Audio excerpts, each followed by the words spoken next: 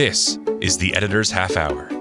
Step into the life of an editor for 30 minutes as we discuss the craft of editing, industry trends, and editorial resources. Your host is co-founder and CEO of Peak Publishing Inc., Nadia Jaja Pupa. She is experienced in all facets of the publishing industry, from editing to design, and works with corporate clients and self-published authors. Nadia and her guests are about to share powerful insights and stories on what it takes to be an editor. And this is your host, Nadia Jaja Pupa.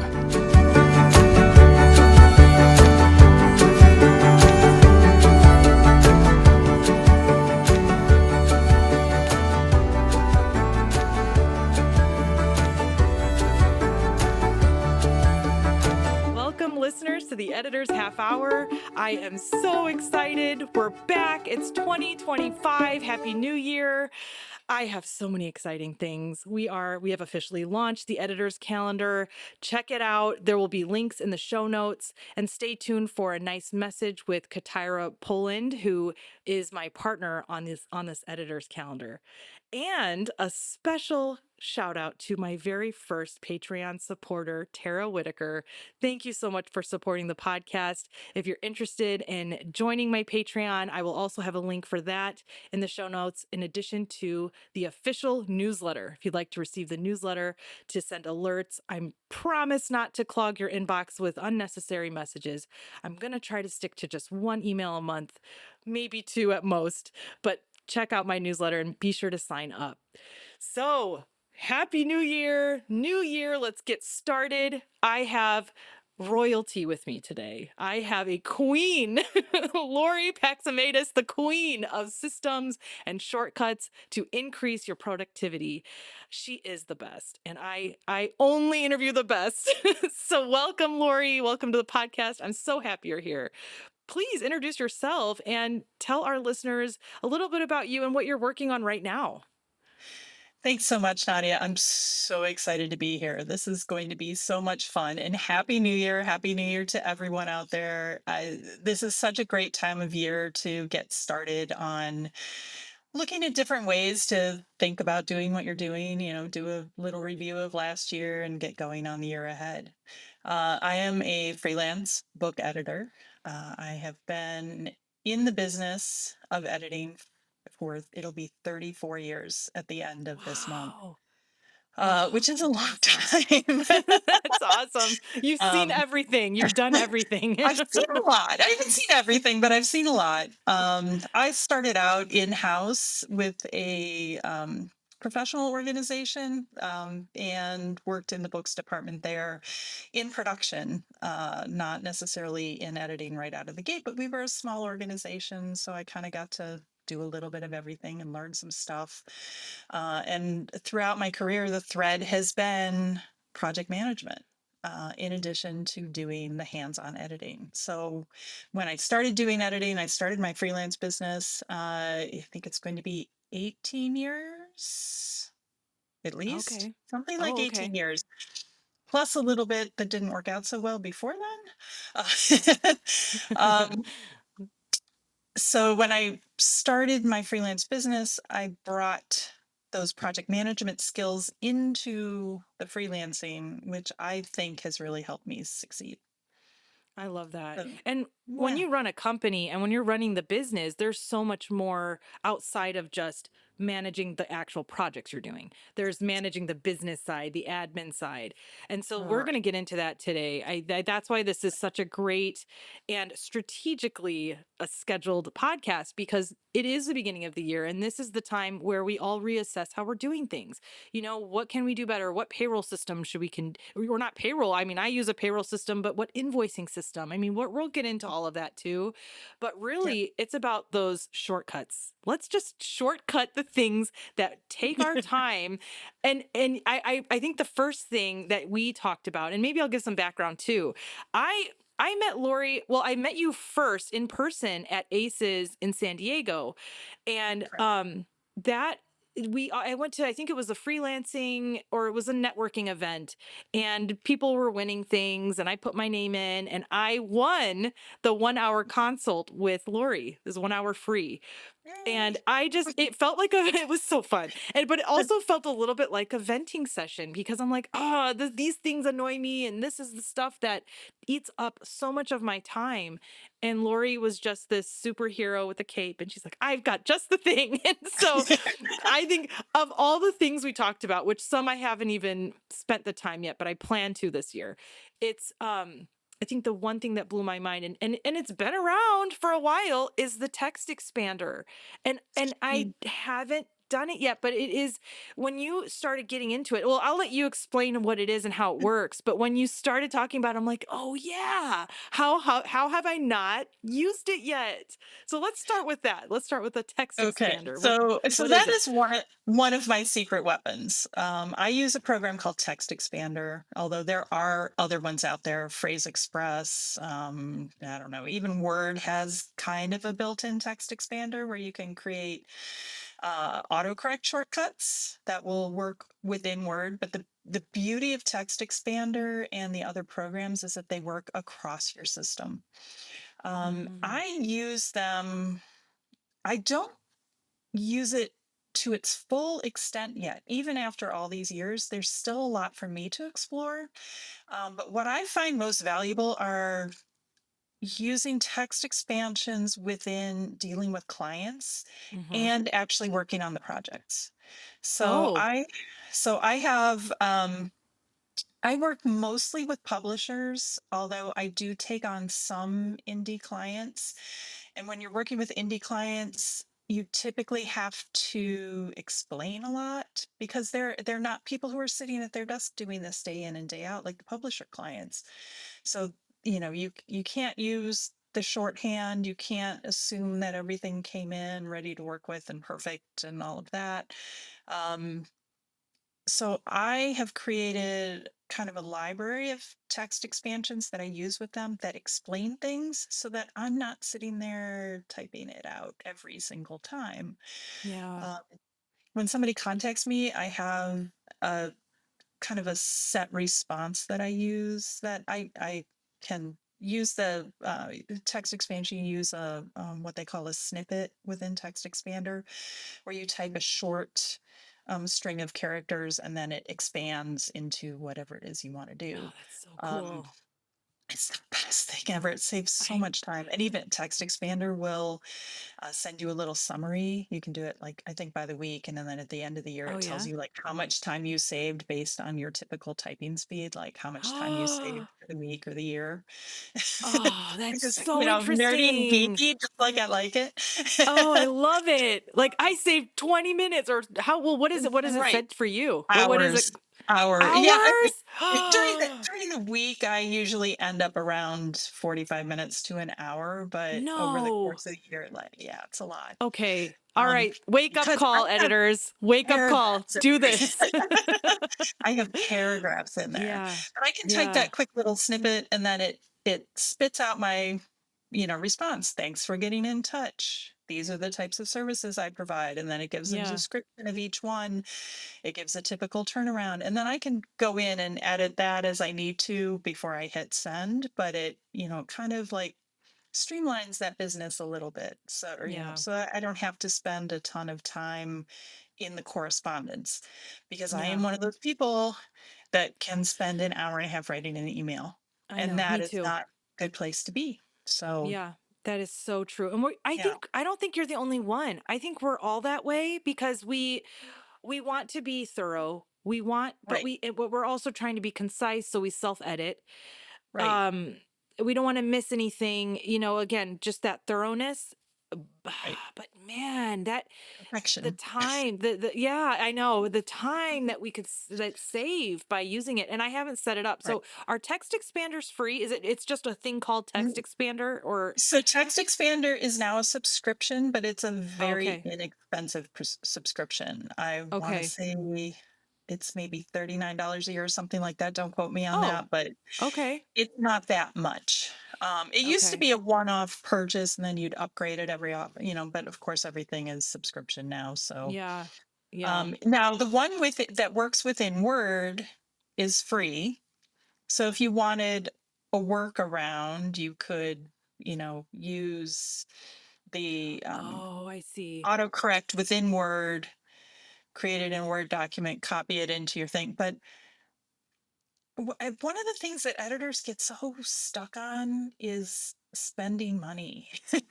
I And know. we will shoot ourselves in the foot to save $40 Yeah. when, we'll do something, we want to be paid for our time, but sometimes we're not willing to pay the things that will save us time. That Yeah. makes sense. Like, That one makes one of my sense. big things is you have to invest in your business, invest in the Yeah. tools that will help you get the job done more efficiently, and they pay for themselves. And a Yeah. text expander for me, the way I use it, even without using all the bells and whistles, and they have things where you can plug in, like it'll calculate like 4 days from today. So, in your response, you can say, you can expect to hear back from me by, and then it just automatically fills it in. I mean, I don't even use that stuff Wow. very often. And I save enough time that that's a no brainer for me. I love that. So, Yeah, yeah. that you really hit like a soft point there, or that editors, we try to be frugal with our spending on the business. And I remember the feeling of when I was focusing 100% on my company. And I Hmm. remember, thinking, do I really need to pay for Zoom? It's free. And then when things started to really, when I started to Right. really ramp up with the clients, I'm like, I can't just, this is very embarrassing. I can't have these meetings end after 45 minutes when I need a full hour. Now I need an hour and a half for debrief, evaluation, Right. manuscript evaluation debriefs that I do. And then, Right. scheduling the back and forth with the emails got out of control. Like, Yeah. I'm available from this day to this day. It's like putting pieces of a puzzle together. I Right. remember also feeling the same thing of do I really need to pay for a calendar? Hmm. To automate I use Calendly. I'm like, do I really need to pay for this? It was like, I think it's like 100 something. But then when business is coming in, like you said, it adds ease to the process. Like, here's the link, set Right. up a time, and we don't have to do that annoying back and forth. 3 days later, we Right. finally, scheduled our meeting. So that's yeah, I And think you're right. there's nothing wrong with being frugal. Like, I Right. don't want to Right. shame anyone who doesn't have money to Yeah, spend on these of programs, because course. I was there at the beginning. Yeah. And We you all were kind of there. hack your way through and you figure out your systems, but you get to a point where you're spending more time doing the hackiness of it than you are, than it saves you. Yeah. Because when you're billing, whatever people are billing, if you're billing $50 an hour and you spend more than an hour going back and forth with people, or 2 hours, for whatever costs $100, if you're spending more than that time going back and forth trying to find the right times, Right. spend the money on the tool. It'll Yeah. it'll That's save you in the long run, and that's a and good, make your life a very lot good point. easier. You know, Yeah, I know. mental And load is a thing. yes, it is. It is a thing. So let's talk about time. Let's talk about Yeah. saving time, Hmm. tracking time. Uh, Hmm. I have never used something like Toggle, which is a thing that you can use for track. Some people, a lot of editors use it for tracking hours for clients. Hmm. Um, Another thing I wanted to mention is I have wanted to do on myself for years and I've never done it, maybe because I'm scared to do it, but I need to do like a time study. Like, where Hmm. is my time? Why Yeah. do I always feel at is it 2 or 3 o'clock every day? What? I didn't get anything accomplished. I mean, Right. it happens more often than not where the day Right. Right. disappears. Where did my Yep. time go? Yep. And I would like to analyze where I'm spending the majority of my time or what's eating the most of my time. Hmm. So I mentioned Toggle, that's like a time tracking software or plugin or Right. something or app. Right. Do let's talk about it. What do you use something like that? Have you done a time study on yourself? So no, I don't use a tool for that, but I do Okay. track my time. And I'll do the second part first. But yes, Okay. I have done a time study over the years, a couple of different times. Have you? Um, How did you do right. it? I'm gonna copy I you. Whatever you kind did, I'm of gonna do the same thing. well, I have a love of calendars and planners, and it's kind of a problem. And It's so funny. over the years, I have accumulated, like, and again, talking about what's made for you and what you're hacking together yourself. Right. I had created a calendar a number of years ago that I was using for my own scheduling. And it's broken Okay. down into 15-minute bits. You could buy one, for probably $10 now, or probably download a template. You could probably Probably, even, yeah. do your own Google Calendar or something. Um, but I just tracked like every 15 minutes, like, what am I working on? What am I working on? What am I working on? And you Wow. do it for a week or 2 weeks. Freelancers, we tend to be a lot more variable. We're not working 8 to Mm-hmm. 5 with a 1 hour lunch break at noon. We're not doing that. So Mm-mm. sometimes you need a little more time to see the larger rhythms in your life. But Yeah. I, I'm not, I love tools. I love Mm-hmm. geeky tools, but I am not a Mm-hmm. fan of tools for the sake of tools and tech for the sake of Okay. tech. Okay. Um, Big fan of paper because I am a visual person. I I love need that. to see it in front of me. And if it's hidden inside a folder or hidden inside a program and it's not in my face all the time, it might as well not exist. Yeah. So I do my I'm scheduling the same way. to a I degree, have to to a see it. degree. Yeah. Yeah. No. I know. I know. Yeah, It's so I have checklists and stuff that I follow that are on the computer. okay. But the overall, I'm going to work on this today, or I have that appointment, or whatever, it it lives in my calendar on the computer, but it also lives on paper. I Okay. transcribe it onto paper at the beginning of every week because I need to see it. I love Um, this. it's on the computer because then it's on my phone and my iPad and all that. And when I'm out and around in the world and someone's like, "Oh, can you do this for me Thursday or whatever?" I can look at it Mm-hmm. and say, "Hey," and that's inefficient. And I totally admit that. But I embrace it because that's the way my brain works. Yes. I And, was just and gonna that's say it's how you work. It has to work for you. And we're all different the way our brains right. work. And that, So and that is that's one of the things that I always try to drive home in all of my presentations is that you have to do what works for you, and you have to yeah. explore, you have to adjust, you have to observe yourself and figure like, okay, this isn't working. Well, why isn't it working?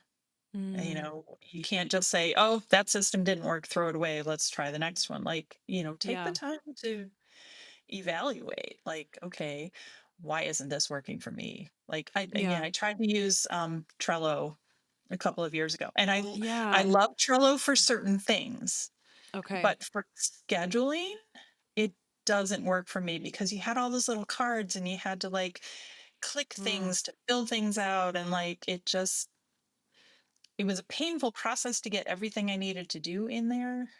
I And see. that was taking a ton of time. And then I would never look at it because it wasn't in front of my face. I So see.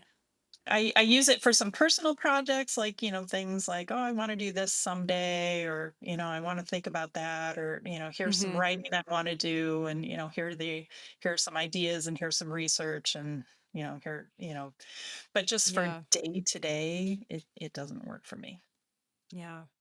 So you touched upon a few things about, you mentioned that when you give presentations, and we know that you have become the queen of systems and shortcuts for a reason. I mean, you give these presentations and they're so helpful. There's so many editors are just like, yeah. And it feels empowering too. And Mhm. so when you mention when systems don't work, or what are those weak points in our process that we can analyze? Do you want to know what I discovered recently? When I would have specific meetings with a specific person and they were recurring meetings, I would get Mhm. so amped up, like, I'm going to do this, I got to do all these things. But then my calendar would not, I didn't really realize like, oh, I have a meeting right after this one meeting where I'm jazzed up and ready to go and do things and highly motivated to do things. Hmm. That feeling disappeared because now I'm like, meeting with a client right after. And Right. then I never did those things that I was supposed to Hmm. do.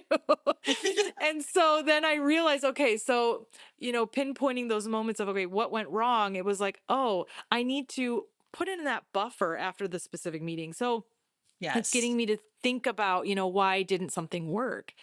So Right. I guess, okay, getting back to my first thing though, so when did you realize, and I'm going to just assume that it may have been in conversations with other editors where you're like blowing their mind. Is that what it was? Where you're just like, oh, I use text expander and I saved 45 Yes. hours of my life. And then the jaw So, drop and then they're like, how did so you know you were like the go-to an- person for this stuff? ancient editor history. um, like I said, my very first job, I started out as a production assistant. So I'm Oh, okay. working with the production people and working with Mm-hmm. freelance editors and scheduling and all that. Um, I have a very strong geek streak. So when the ability to like learn how to use Quark Express, if anybody remembers that No, program. I do. Oh, Yeah. I hated it. I hated So, it. oh, I love Quark. I You edited, did? fun Oh, fact, I edited in Quark before I ever touched Word. no. Are you Yes. serious? Yeah. Oh, Yes. Quark would crash. It would always crash. Anytime you Oh, moved a photo, it was a nightmare to work with. oh, I Oh my loved it. I goodness. Oh loved it. my I gosh. miss it. And like You do not miss That it. No, you horrible don't. green I'm telling InDesign, you, the you green don't miss clip. Like I don't get I InDesign. love InDesign. I love Oh, InDesign. it was such a weird change to try to do that. Yeah, But it anyway, was. that Yeah. ancient history at this point. Um, but I loved learning the computer stuff, and I Mm-hmm. loved learning the new things and okay, how do you make Mm-hmm. this more efficient? How do you do this? My mom is the queen of lists, and I inherited that from her, so I have lists for It's in your everything. blood. It's in your I had blood a to do this. I had a Franklin planner, I was that girl. So Oh, I love it. I joined the copy editing L list. Hmm. I want to say it was 1992 or something. Okay. Like, Oh, that's it was cool. a long time ago. It was a long time ago. Okay. Um, and in conversations with other editors, like I would always be kind of amazed that people didn't know some things that were second nature for me. I mean, I wouldn't even say like basic because that's dismissive, and that's not what I mean, but like things that I think or I assume everyone knows, they don't. Mm. So when I started going to conferences, which we're trying to nail down when that was, it was like 2010, maybe 2009, 2010, 2011, somewhere around there. I went to my first conference and had actual face-to-face conversations with editors, and Yeah, met Jack Lyon, and took that's cool. workshops from Jack Lyon, who is like the king of macros and wildcard find and replace. Like, I mean, he's Oh, amazing, and an yeah. amazing teacher.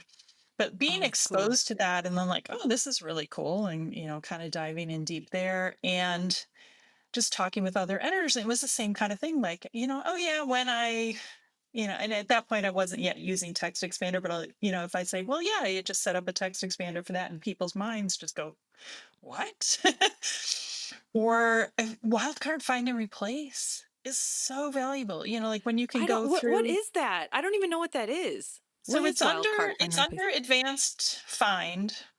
Oh, And okay. it's kind of the one that will let you, like, if you have number ranges and you need to change the hyphens to end dashes, Oh, you can yes, do, yes. special codes that will help you find certain patterns within Word, and then Okay, replace them with other things. And it's okay, super powerful, and it takes a little bit of an analytical brain, but okay. um, it's not that hard. Yeah. Yeah. um, Once you work, like if you do it once, then right. it gets, yeah, yeah, Yeah. And just, yeah, knowing how to use your tools and, knowing how to use styles and, um, yeah, other things like that that are there for the yeah, taking. And just yeah. realizing that it wasn't that people were afraid of them necessarily, it's that they didn't even know they were there. Yes. That's what it So is. when trying to think, the first ACEs I went to was in 2015 in Pittsburgh. Okay. And I was having conversations with people there. And one of the presentations was something like, 10 tips for, speeding up your editing or something like that. And I was sitting in that presentation. I'm like, yeah, yeah, I know that one. Yeah, I know that one. Yeah, I know that one. Okay, okay, that one's new to me. But like, it's kind of Yeah. like, okay, so I do know a bit. And then I Mhm. was talking to someone else, and we were having a conversation like you and I are, and Yeah. they're like, "Oh, I was struggling with this," and I'm like, "Oh, simple, you just do that." And they're like, "You should do a presentation." I love that. That's how So it I did. happens, So I right? proposed. Yeah. So I proposed for ACES in Portland in 2016. And I, kind of struggled with the title as you do. And I came up with like systems and shortcuts. And the room was so full. Oh my, There were people standing in the back of the room. There were people kind of out in the hallway. There were people sitting down on the wow. floor. In front, it was before they like really enforced the fire code thing, but there were Yeah, they would kick them out people now. there. But And I am like, wow. red. And I'm like, and I like my speech teacher from high school is like, if he's still around, he's probably, probably thinking like disturbance in the forest. Lori's making a speech. Oh my gosh. That's It was so it was amazing. nerve-wracking. It was Yeah. nerve-wracking, but that was the beginning of Systems and Shortcuts, which I have presented at least 12 other times in various formats. It Wow. might even be more than that because I've presented it at ACES, I've done it at EFA, I've done EFA small groups. Um, I did a That's couple amazing. local. I actually was probably more than a dozen now that I'm thinking. And then I've That's done amazing. spin-offs from that. But like Yeah. that's I've kind of found my niche where I'm probably not the one to tell you how to use a comma, but I can, because that's not my genius in teaching, but I can teach you how to think about your business, and I can teach you how to think about the systems that you use and how you approach things so that you can be more efficient and take away you save the brain power that you have for the things that matter instead of the things that don't matter. Yeah. And I think you're tapping a little bit into self-care right there. I mean, finding those systems and shortcuts, it's a way to alleviate that mental Mhm. load, like you said earlier, and it Yeah. it, it adds ease to the process.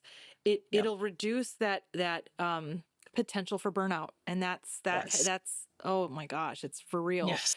Um, so I hate that I even have to say these words, but we have to wrap this up. Because I Ah! really want to keep talking. I want to keep going on and on and on. But I love that you've identified that need. And you knew when you had that first experience of Mhm. just people just piling in to hear you talk about systems and shortcuts. I mean, we have to really think about this as editors. We have to really analyze where we're spending our time. And if Yep. certain things like typing up an email, it sounds like I can answer for you. It sounds like text expander is probably one of those things that was life-changing for you in terms of Yes. time saving and adding ease. Yes.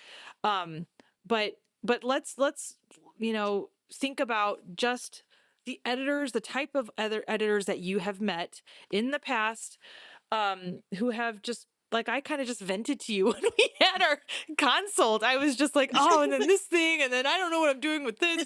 I was rambling, but you made it so fun because you're just so Aw. warm and but you weren't. You never shame anybody. Like you can't use pen and paper. You only use digital. Like you really No. made it feel like having a better system is within reach. And if you are Mhm. struggling, I think that listening to this podcast will help editors, but I want you to share some words of encouragement. What advice do you have for an editor who may be feeling lost in their freelance business? Not new, maybe they've been in their business for Mhm. 3 years and now they're Okay. reaching a point where they're just feeling lost within the business. You know, Hmm. they're getting overburdened with invoicing.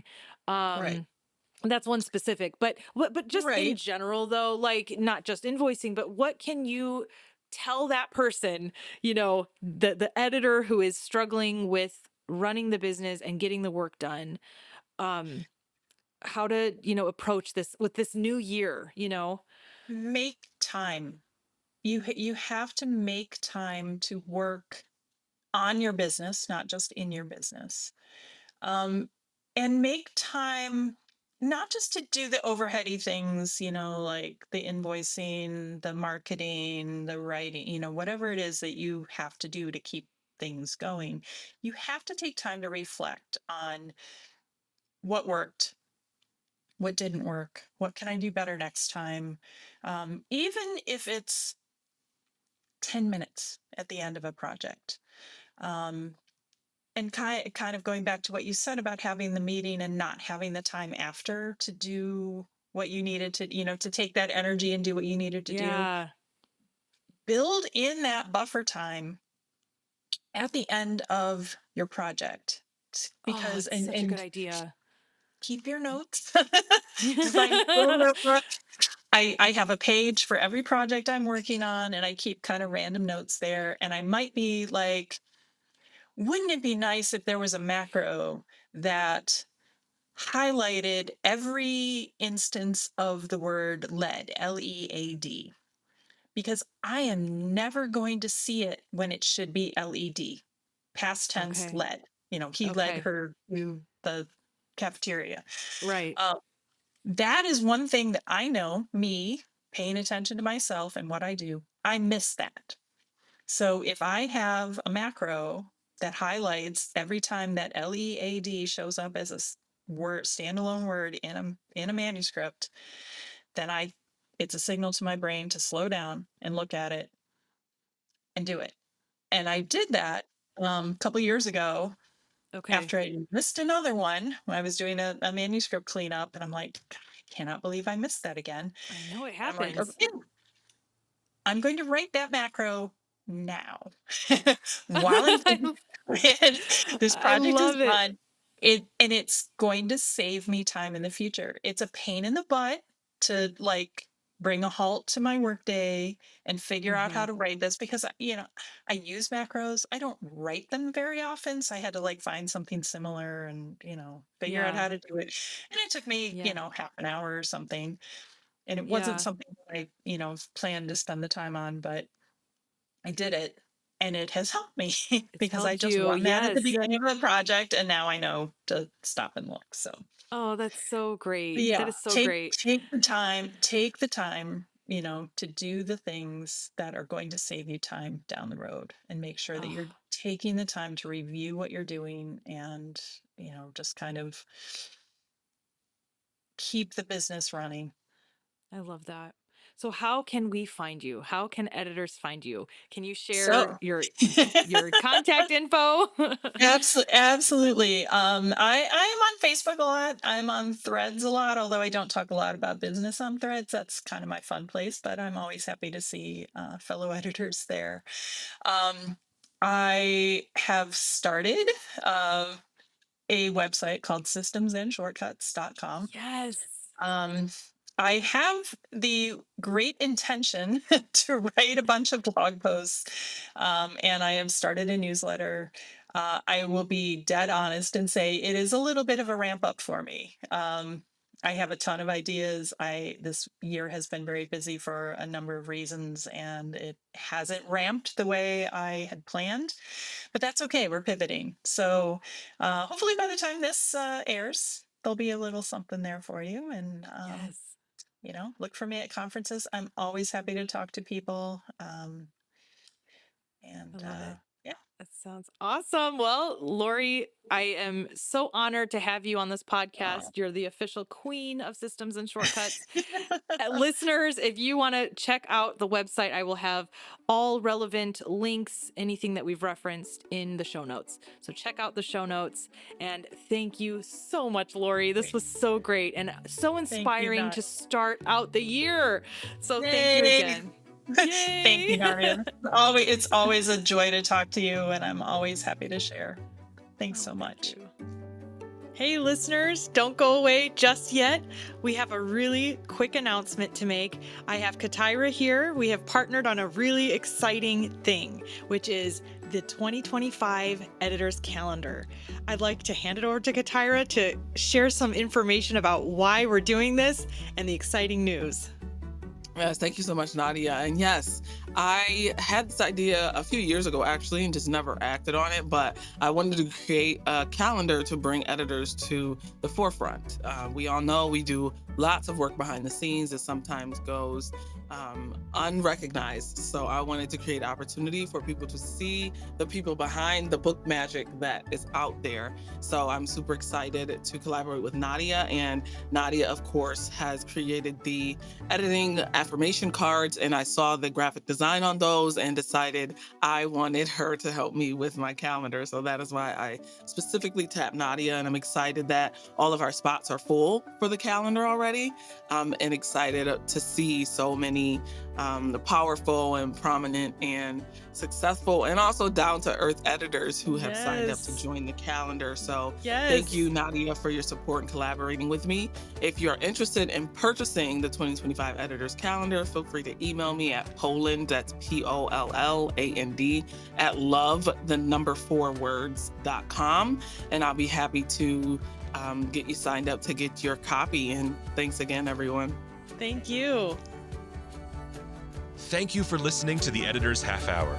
This podcast is your go-to resource for editorial trends, opening the discussion for new ideas through the real-life stories of editors. For more information about Nadia Jaja-Pupa and her business, visit peakpublishing.com. That's PIQUE publishing.com. And remember to subscribe and follow the Editor's Half Hour wherever you get your podcasts.